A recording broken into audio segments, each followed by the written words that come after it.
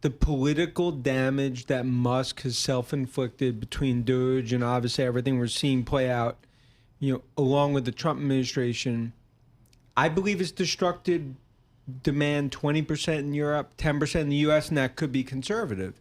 And I think that's something that's also starting to show up in China, which is ultimately, look, if you look at our new estimates, it's really taking a huge haircut to what China growth is going to look like. The second thing is when you look at the tariff's a headwind. There's no way to sugarcoat it. And the reality that a U.S. car company makes cars in the U.S. with all U.S. parts, that's a fairy tale. That's a Pinocchio story.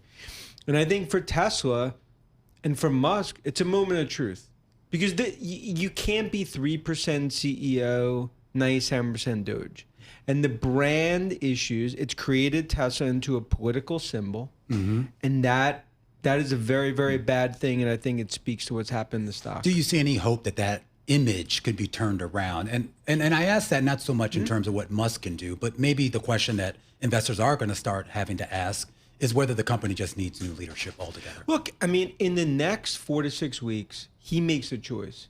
You step out of Doge, you literally now back to CEO of Tesla. He could still be some sort of, official, unofficial advisor, whatever it may be. But the reality is then the brand damage would be contained. It would be stitches, a black eye. Will it though? Because it's on him. I mean, it's not just people saying, oh, we think Tesla's a bad car. They're looking at the CEO and they're saying, we think you're, not my words, you're a fascist, you're a Nazi. This is a taint that you just don't scrub off overnight. And I don't think you scrub it all. There's no way that you scrub it all. Like I said, there's a permanent brand damage that's here. But here's the key.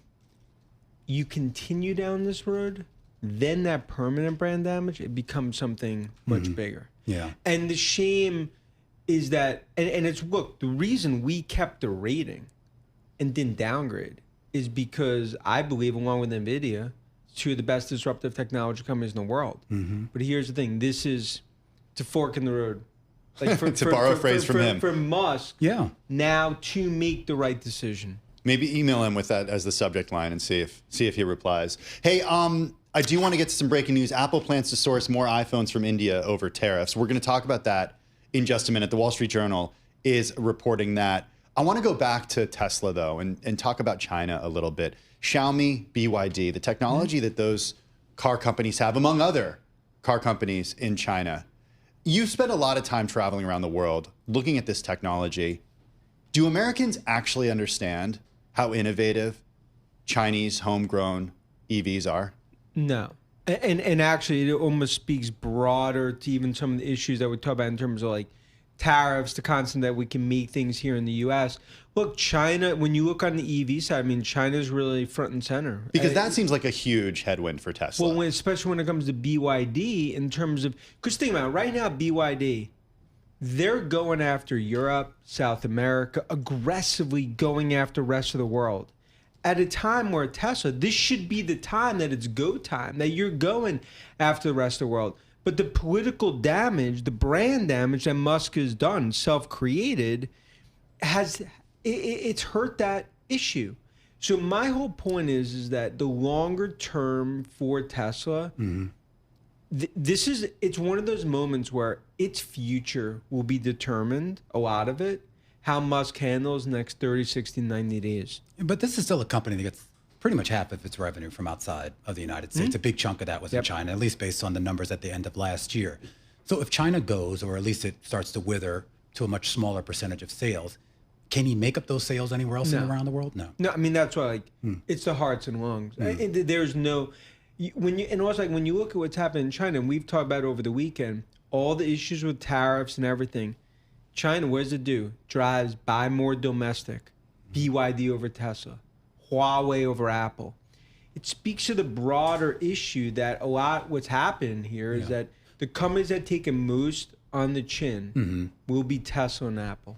But with Tesla, just one last question on Tesla though, what's the alternative? If I'm shopping for an electric vehicle, and this was the advantage Tesla had for years, really, was there really wasn't an alternative, and not a viable alternative. Now I know there are a lot more vehicles out there, EV vehicles out there, but not necessarily at the scale of production that Tesla has. No one could really even or the compete. pricing that Tesla has. And look, and that But it speaks to what's so frustrating about what's going on. If this was Intel, look, these are disasters relative to like, okay, is it the stock, is it cheap or you know, falling knife?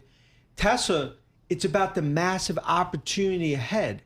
But what Musk is doing in terms of, it's a self-inflicted wound that needs stitches, now surgery, and that's our whole point. It's like, you got to make the decision. Let's get to Apple. Shares of Apple right now are lower by about 4.2%. You cut your price target on the stock to $250 from $325. I want to start with the headline that we're getting from the Wall Street Journal. The company plans to source more iPhones from India as a potential fix for tariffs. A big part of your note has to do with exposure to China. Maybe in the first Trump administration, this would be news that investors would cheer because, okay, well, India hadn't been hit with tariffs. It was between the US and China during the first Trump administration. With global tariffs, does anything matter? But that's the whole, I mean, think about Vietnam. You move to Vietnam, Vietnam's worse than China. And then like when you talk about India, it would take years to even make that more than 5%, just given the logistics and the nature of India, you know, in terms of as Apple tries to move some stuff there. Look, no company in the world is hurt more from once that came out of Trump's mouth in terms of Taiwan and China tariffs than Apple. Yeah. Because you're talking about 90% of iPhones are made in China. And the reality, and even over the weekend, like, well, we got to make it in the U.S. Here's the deal. If you want $3,500 iPhones, we should make them in New Jersey, maybe make them in California. If you like $1,000 iPhones, you make them in China. Well, and that's just the reality. Well, it raises the question, too, is whether Apple really would try to move. I mean, do they have enough pricing power where if they have to raise the cost of an iPhone by 20, 30%, I mean, I don't know. They've convinced people somehow to pay $1,000 or more for it already. But that'd be massive demand destruction. And look, and my whole point is that it would take tens of billions of dollars to even move 10% of the supply chain. That would take 3 years. So that's why the reality right now, what's going on in terms of tariffs and the reaction, investors look at it like it's untenable, and it would be an economic Armageddon to U.S. tech industry. In my opinion, it would set U.S. tech industry back a decade. Do you think the White House understands the economic Armageddon? Look, I think it's easy to stand in front of a microphone, and I get it. Politicians talk. The reality is when you spend time walking through fabs in Taiwan, Foxconn in terms of China, you spend time there, and then you come here, and you actually think, given our labor force, manufacturing costs of labor, that we're going to make that here. That is just, in my opinion, it's massively unrealistic, and that's why it just speaks to what's happening with stocks. Because investors, they're not. This has nothing to do with Republican, Democrat. Investors know math and the reality. Yeah, and I'm kind of playing devil's advocate here, but with regards to Apple and its ability to find some transition through all of this, is there a way that they could maybe increase sales outside of the U.S.? And I bring that up because Tim Cook was just over there in China for that big meeting. He obviously toured a lot of other facilities and universities.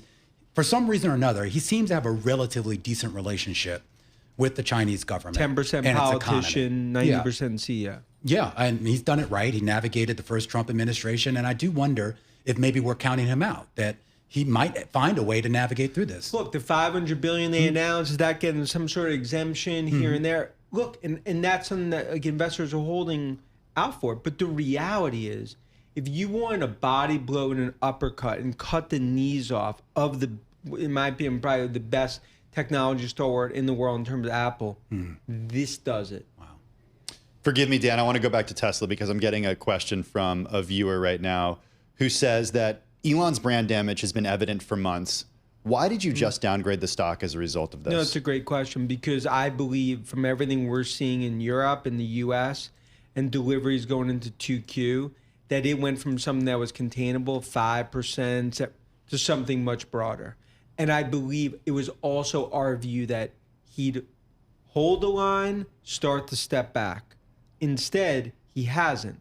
So the point is that brand damage, when we model that out into 3Q and 4Q, that's us basically modeling out what we believe the brand damage is going to do to the next few quarters.